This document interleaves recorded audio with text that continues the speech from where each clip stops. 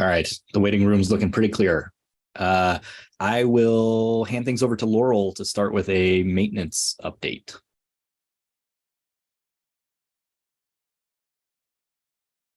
Good morning, everyone.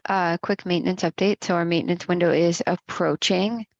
It is next week on the 17th and 18th of January. We will be doing some server patching, upgrade kind of stuff, and there will be some limited downtime to services. So if you notice anything not working quite right during that time, just wait for a little bit and then try whatever you're doing again, and it should be working. If you notice any long-term problems or anything outside that window, please do not hesitate to put in a support ticket or otherwise let us know so we can address that for you. And that's all I have today. Thanks. All right. Thanks, Laurel. And now we will head over to Lauri for a stakeholder introduction. Sounds good. Thanks, Ben. I'm going to share my screen.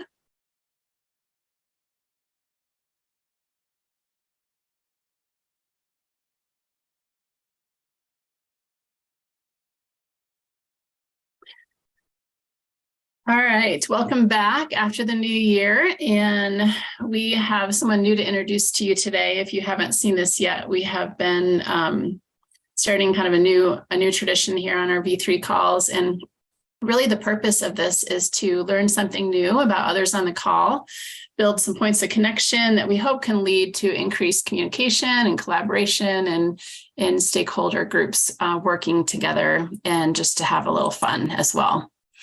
And so our person we're introducing today, if you have a guess as I'm explaining their answers to these questions, feel free to type a name of who you think it may be in the chat. But to relax or unwind, they like to watch video games or play video games, do some dog training, and they also enjoy reading and writing. Something interesting about them is that they are currently in school for IT and programming, which I didn't realize as well. That is interesting. And this is impressive. How long have you been associated with EMS? They said 33 years. They started as a junior firefighter and then spent 24 years as an EMT. So if you have any guesses, feel free to type a name in chat. And this is Kaylin Irwin. And Kaylin recently in the last year joined Image Trend as a data specialist. And she, as you can see, loves dog training. She shared a picture of her dog with us as well. So if you're on, Kaylin, if you want to turn on your camera and wave and say hi, we'd love to see you.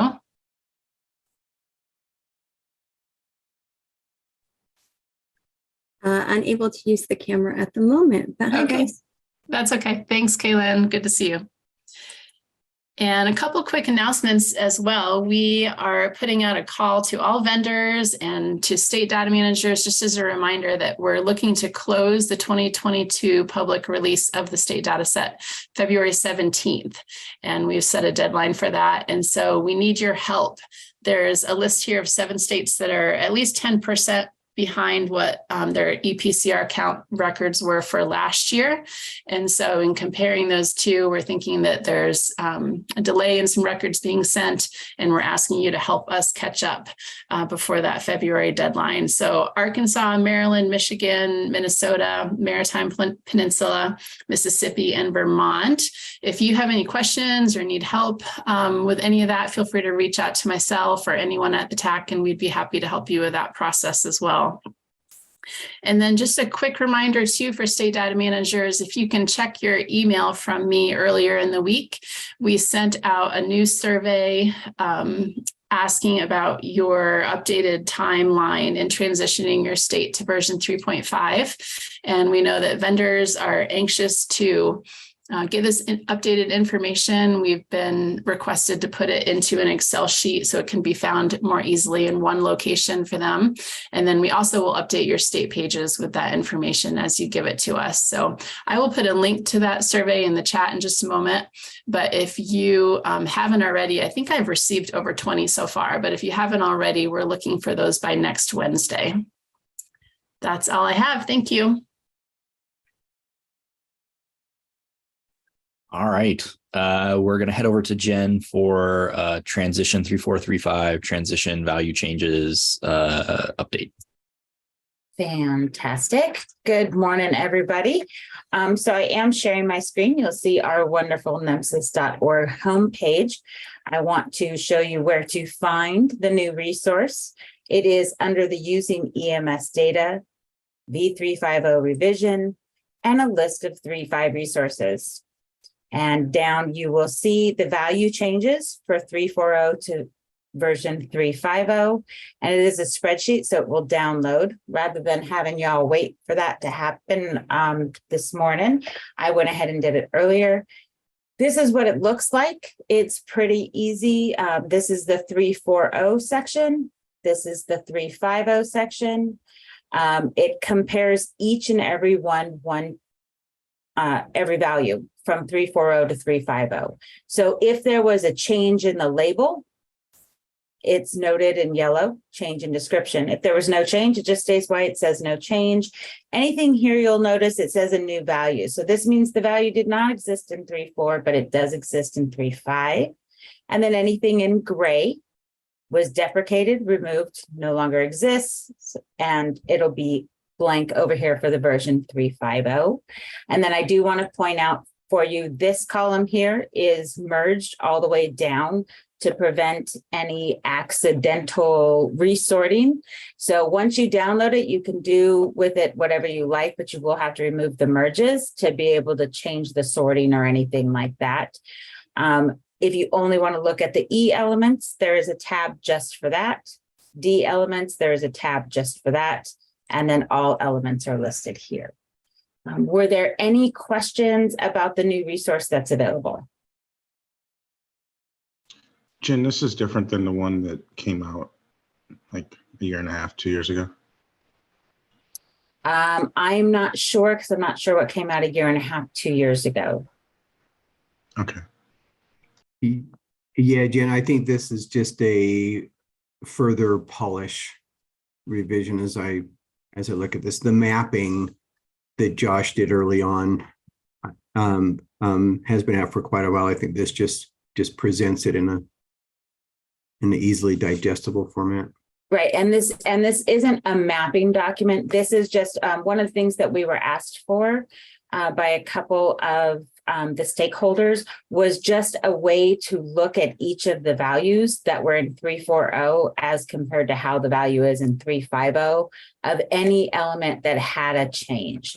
So if there was no change within the element itself, it is not on this spreadsheet. This only lists the ones that had changes on it. Okay, and that's for elements as well as pick list items. So this is just for the values within the elements. Okay. So if it's a whole brand new element, it is not on this. It had to exist in both 3.4 and 3.5. Okay, I see.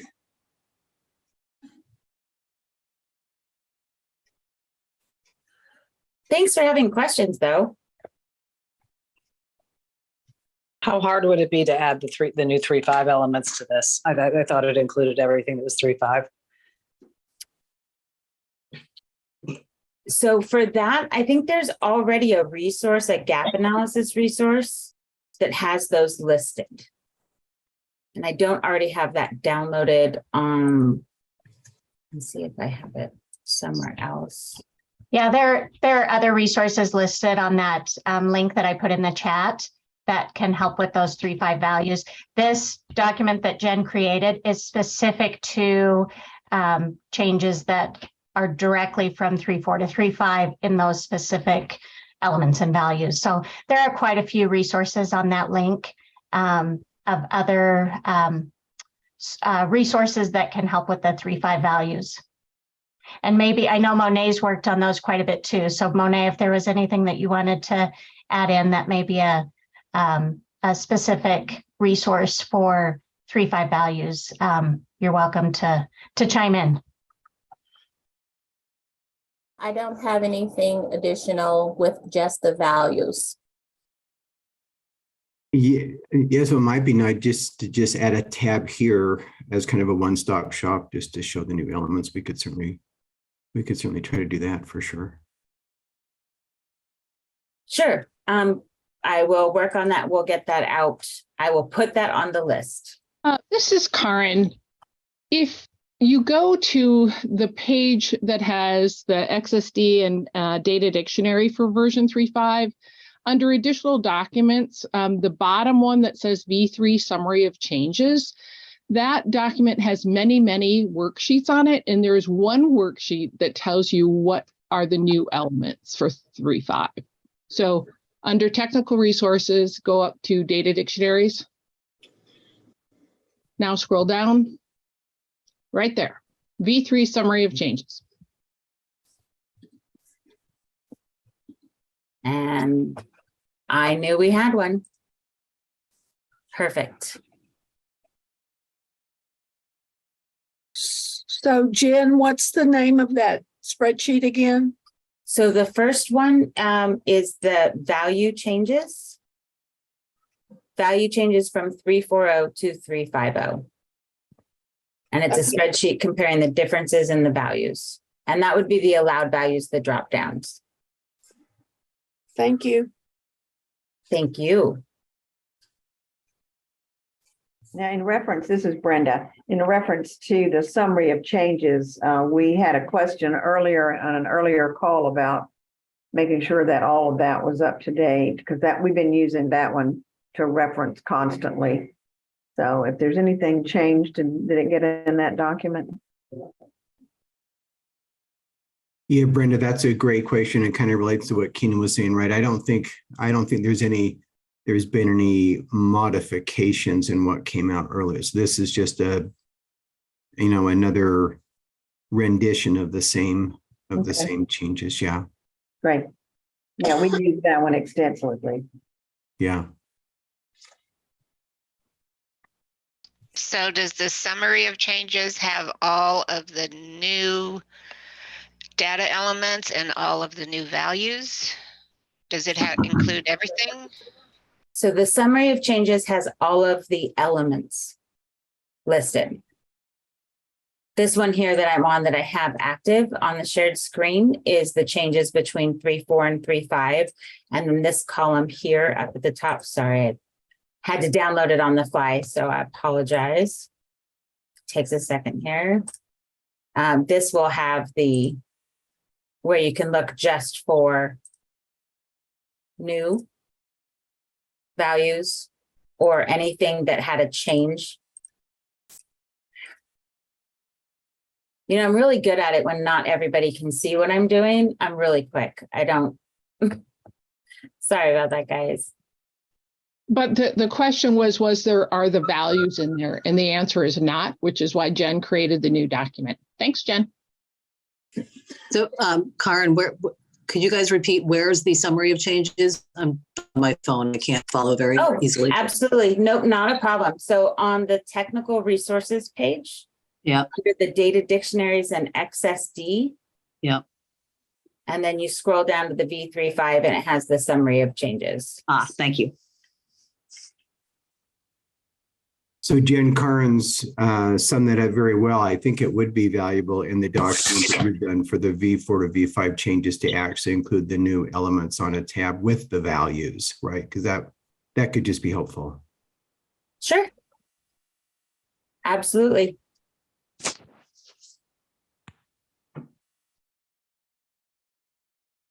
And Jen, I figured out what my question was about. It was about the gap analysis that I think Chip Cooper originated. And that would be this one. And the gap analysis is also available on the list of V3.5 resources page. I know it's here. Keep going down. It's under resources that were submitted by the states. Sorry, that's new. That's different. It is. Yeah. So here's the gap analysis here that Chip created, and make sure I get the right one. That has a few different tabs on it. Has the comparison summary, full comparison, list of elements, a full list of the values themselves. 3-4 elements, 3-4 values.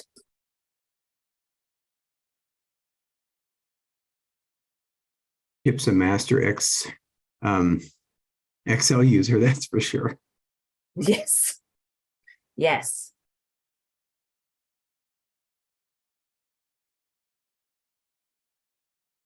And then as soon as I can get the new elements onto this, strictly just the value changes, I will send that out as well. We'll get it added to this, get it posted, and we'll get it sent out. It may be a few weeks, and then you will have it.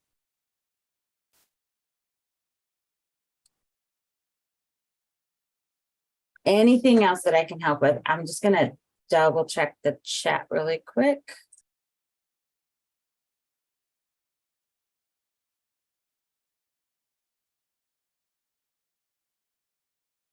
So Barbara, I think your question got answered, but the new resource only has the elements that had value changes on it, and the gap analysis has all elements with all values.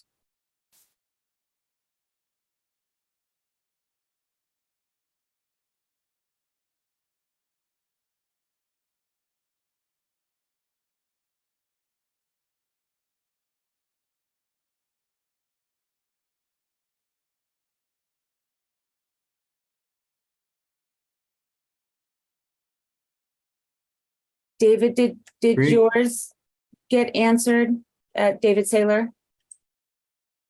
Not quite. So we don't need it right now anymore.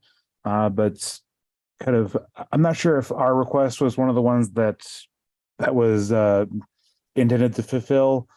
So where we were kind of hoping to use it when we asked was, before the compliance was completed. But to have something where we could have all the changes that needed to be accounted for in a really easy walkthrough document like Excel. So there are other documents existing that that capture the changes, but not quite as a task list. They're kind of verbose Word documents that are good for readability, but not so much for I want a checklist of what I need to do to finish the mapping. Was where we were requesting before. We don't need it at the moment, but for just to, reference, just for clarifying. For the next version change? Sure, yeah. All right. Well, was there any questions that I missed in chat that were for the value change discussion? Fantastic. Ben, back to you. All right. We're actually going to go to Clay to talk about the versioning timeline. All right, fantastic. Let me share my screen here just real quickly. During our short call during the holidays, we reviewed the timeline a little bit. We've made just some other kind of tweaks based on some other comments we've received, but this is the versioning timeline as it currently looks. And this is, we think, pretty final with the correct dates. And it shows you a decade worth of work that we'll do that includes major and minor releases through the timeline. So we are going to pass this off to NHTSA for socializing within NHTSA. Randall Eimerman, the new liaison between NHTSA and NHTSA, will be working with the DMC and with the directors and others to make sure that everybody has a chance to kind of see this, understand it, and ask any questions that might come up. You'll notice that it doesn't include the critical patch that we have listed for this year, right? And that's just because critical patches really aren't to be included on the timeline of scheduled releases. Critical patches could happen at any time. I will just give you an update in regards to that critical patch. So we have been working with the ACS to socialize with them our suggested revisions to ENDRIO 3 and ENDRIO 4 to address the 2021 ACS trauma triage criteria. We had approved with them the new look labels for those revisions that would be included in that critical patch. We've been working with them just since the holiday to kind of make sure that they're okay with the mapping that would allow us to, as best possible, associate past year's data with the critical patch data that will be coming out for 3.5. So that's all but complete. So we will begin talking about like the time frame, the schedule for the release of the critical patch. That will be coming out probably in the next call or so, just to make sure that we're kind of all on the same page in regards to the critical patch. But this is where the document stands. There's a couple of small tweaks, but we'll go ahead and have those made, and we'll present this formally to the DMC, and Randall will be able to begin to socialize it. I'll just ask if there's any more questions related to this, any other questions that folks may have. Hey, Clay, this is Samantha. Looking at this, I see that both consensus and the software build are going to be in 1 year. Mm-hmm. Are we going to start like talking through the items that are candidates for the build earlier than that? Are we going to have some kind of comment period, or is that just all part of the consensus in that 6-month stretch? Yeah, great question, Samantha. Yeah, you're right. So we do have some lead up work that we have to do, right, to kind of get us in the groove of completing this process. And this really are just kind of placeholders. So you're right, Samantha. During this year, probably beginning in summer, we'll need to begin to first define, what is a minor release? What are the requested changes that we will be reviewing that would fall under the minor category, right? We need to clean up that a little bit and have consensus about what could be included in that. And then you're right, we will have a call out for any additional requests or comments that folks may have based on what they see in the public wiki. And then, then we can begin organizing documents and getting those sent out so people have a strong heads up as to what we will be seeking consensus for in 2024. That's what we'd like to accomplish this year in 2023 in preparation for that. And then you're right. Then we'll spend a period of time ensuring that we can reach consensus on any of the requests that need modification or discussion. All those things will happen.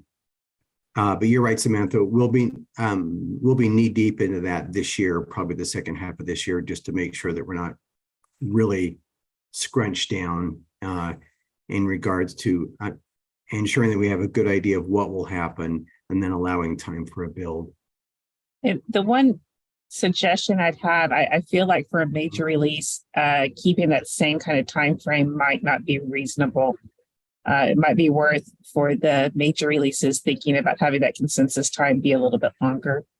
So maybe having for the orange there, right? I may be extending that a little bit into 2025. Yeah, that might, because they will be, the decisions in regards to major releases, those type of changes will probably require additional work. That makes some sense. Good. Yeah, we can make that small change. That's a good idea. Could there be any more granular things in those, the consensus, since when things will be available, and is there any more granular estimated times that within that? Yeah, David, we'll need to provide those. That's a great idea. Yeah, so we'll make sure that we have a schedule that we can talk about later in like the later spring or something, just to make sure that everybody's okay with the schedule and that people feel comfortable with the schedule. Okay. I think the purpose of this document is kind of high level, right? So that states can kind of circulate this among their stakeholders, get a good feel for what things will look like in the future. This keeps your state EMS directors kind of understanding what the schedule is, and if they have comments about the data sets, elements, or values, when those need to be provided in. So try to provide much more detail about the granular piece of this that, as you put it, David, as we're moving forward, once they just kind of approve this approach. Yeah. Yeah. Is that midpoint between consensus and build? Is that June? That wouldn't include the annual meeting. Yeah. So again, I think we just made these equal size, right? Okay. Yeah. And it's a good thought, right? Perhaps to have, final consensus. If there are some issues that we're still kind of dealing with in regards to this minor release, it'd be great to bring those to the meeting, the in-person meeting, so that we can be face to face to kind of handle those last bit of issues. Yeah, so that's a great idea, right? To kind of have it align with that. And we'll probably do that. We've done that in the past.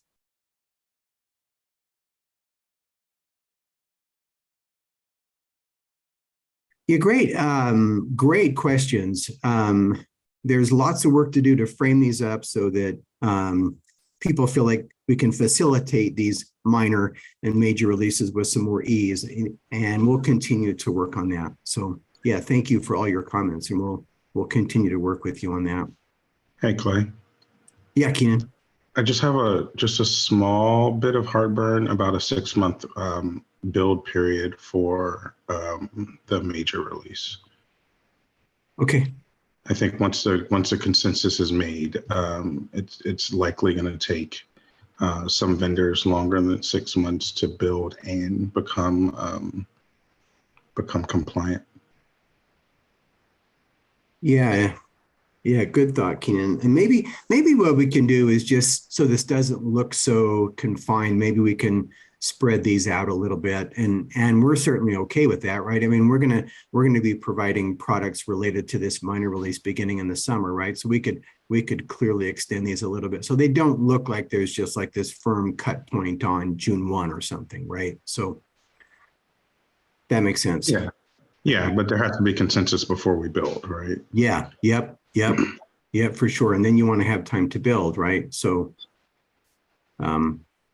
yeah, great points.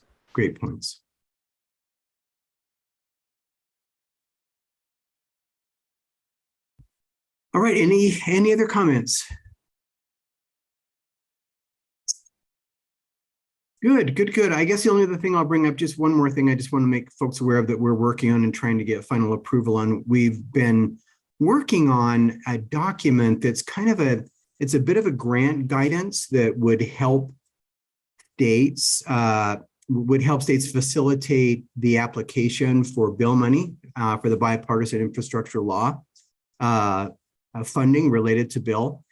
And so we're preparing a document that just helps states understand where EMS and NHTSA fits into that bill language, and then perhaps provides links as to where you can find the exact language where NHTSA is mentioned and for what purposes data can be sought.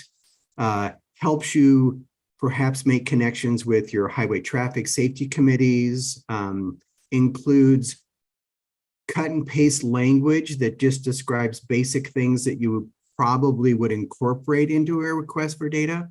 So there's a section that talks about what is NHTSA, right? So if we're applying for bill money, you'll want to probably introduce the reviewers of your request to NHTSA, right? So there's a what is NHTSA. This money is related, of course, to traffic crashes, right? Motor vehicle crashes. So we have a section defining, for example, the American College of Surgeons, NTDB, the National Trauma Data Bank, and how their trauma data that's collected within our hospitals can be linked to NHTSA data using the 3.5 UUID. So we have a section on what the UUID is. Just providing states with facilitative language if they're wanting to request funding to support NHTSA or EMS data collection. It just provides you with written narrative, right, that will help facilitate that process. So we're working to complete that document. It's under review with the Office of EMS right now, and it's so we're looking forward to providing that out, and that will probably be made available through the DMC. So and And again, Randall Eimerman will help us with the socialization and dissemination of that across all the states. So yeah, that's just the last thing I wanted to mention. We will have that done probably within a week or so, I imagine. I think it's all ready. We're just waiting for final approval. So I'll stop there and turn it back to you, Ben. All right. Thank you. Jeremy from NHTSA's Office of EMS. I'm not sure if you have an update for us. Yeah. Good morning, everyone. It's been great to just kind of listen into the discussion so far. I just want to thank the folks at the TAC, as Clay just mentioned, on putting together that great grant guidance document. So hopefully we'll have it approved in short order so we can get it, so they can get it distributed. We're hoping that it will, as Clay kind of mentioned, will help identify some opportunities for funding. And I think, some of them are going to require you to connect with folks in your state highway safety office. And so if you don't know those folks and you're looking for someone to help you connect them, please reach out to me or Eric. We're happy to set up a meeting to introduce you, or just introduce you via email, whatever is best for you. So that's one thing. And then the only other thing I'll mention is just we're working with the TAC and our partners at ONC to schedule an EMS data summit for sometime probably in the late spring. So we're hoping to have out some information about that soon. I think if folks have attended those before, there was one in February of 2020, and then I think there was another one in maybe 2015 or 2016. It's just a great opportunity, I think, for state partners, for vendors, for others that are working in the EMS data space to get into a room with ONC and have some great discussions about EMS data and health information exchange. So be on the lookout for that. As always, thank you for your hard work. And if there's anything we can help you with, please don't hesitate to contact us. Thanks, Jeremy. Let's see, upcoming events. We have a public training on Thursday, tomorrow, noon Eastern. I'll do an overview of the public opioid overdose dashboard that I think you guys have heard so much about that we created for ONDCP. And looking forward to kind of showing the work that we did for that. And with that, we'll go into open forum. I'm not sure if anyone had any topics that they wanted to bring up. Either welcome to come off mute or type anything into the chat box. Hi, this is Lauren from Zoll. I put something in the chat a little bit earlier in the meeting in regards to the timelines on the states. I just want to reiterate that it would be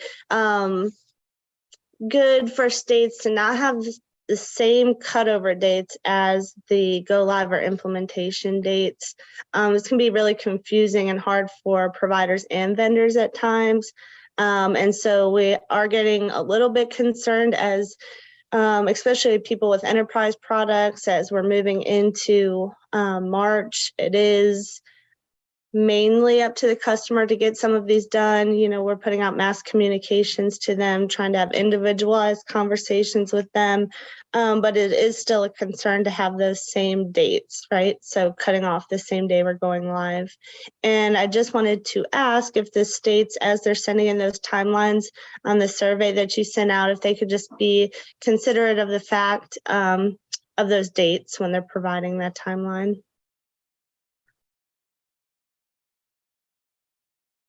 Yeah, thank you. Not sure if there's any other questions or feedback for that. To clarify what I think she's saying is it's hard for not only vendors, but organizations to sort of comply with a January 31st cutoff date and then a February 1st implementation date, right? As we've historically in a lot of states had some sort of runway where 3.4 was still being accepted and 3.5 is now being accepted so that organizations can get on board, make the transition, and it feel more seamless to them.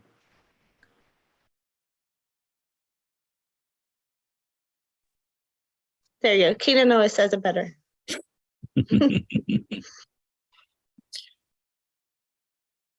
Any other thoughts or comments?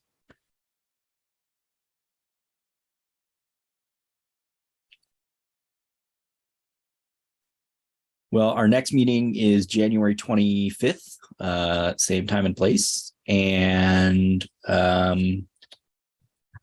just double check the chat box. Unless anyone has anything else, we look forward to seeing you at the next V3 implementation call.